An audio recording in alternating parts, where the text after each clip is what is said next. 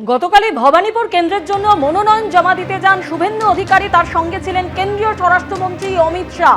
Alipur survey building এর কাছে পৌঁছানোর সময় এক বিশৃঙ্খল পরিস্থিতি তৈরি হয়। সেই বিশৃঙ্খলার ঘটনায় দুই ডিসিকে শোকজ করল লালবাজার।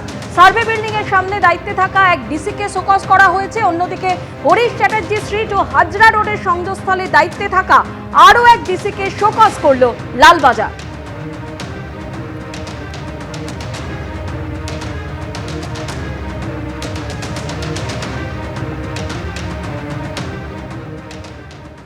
পুলিশ ব্যাপারটাই তো এখন সিপি, গোটা বিষয়টাই chief secretary, home secretary, CP সবই তো ইলেকশন কমিশন বসিয়েছে, তাদের দায়িত্ব তো অলিখিত জরুরি অবস্থা জারি করে ভোট করছে।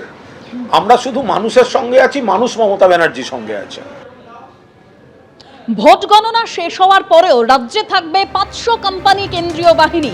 আইন শৃঙ্খলা বজায় রাখতেই সশস্ত্র কেন্দ্রীয় বাহিনী ভোট গণনা শেষ হওয়ার পরও রাজ্যে থাকবে। পরবর্তী নির্দেশ না দেওয়া পর্যন্ত রাজ্যে মোতায়েন থাকবে 500 কোম্পানি কেন্দ্রীয় বাহিনী।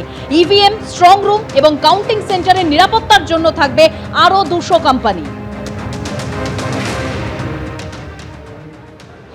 থাকতেই হবে, রাজ্যপালকে বিশেষ দায়িত্ব নিতে হবে, কারণ একটা সরকারের একটা টিদিং পিরিয়ড থাকে। তো নতুন সরকার এসে তৃণমূলের হাত থেকে তৃণমূলকে বাঁচানোর জন্যই তৃণমূলদের লিঞ্চিং হবে, সেটার থেকে তাদের রক্ষা করতে হবে। আমরা ভ্রাতৃহত্যা চাই না, রক্তপাত চাই না, তৃণমূল কর্মীর প্রাণহানি চাই না।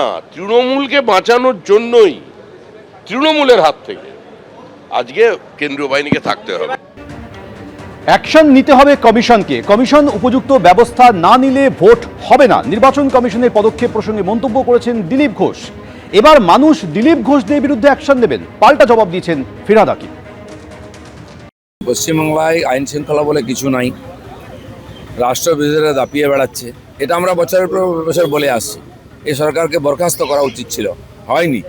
আজকে এখানে নিজে বিচারক এসে আক্রান্ত হচ্ছেন, তার সুরক্ষা নেই। তাহলে পশ্চিমবাংলায় বিচার ব্যবস্থার অবস্থা দেখুন আপনারা।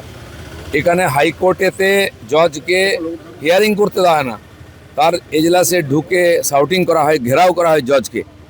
আর জজরা আজকে রাস্তায় দাঁড়িয়ে মার খাচ্ছেন, গাড়ি ভাঙা হচ্ছে। কমিশন দিয়ে অ্যাকশন নিন, আর মানুষ দিলীপ ঘোষ বা বিজেপির বিরুদ্ধে অ্যাকশন নেবে। ওদের অ্যাকশন নিতে দিন, কারণ ওদের শাখা সংগঠন এখন হয়ে গেছে ইলেকশন কমিশন, আর মানুষ ওদের বিরুদ্ধে অ্যাকশন নেবে। এটা 100% লিখে রাখুন আজকে। এবিপি আনন্দ, এগিয়ে থাকে, এগিয়ে রাখে।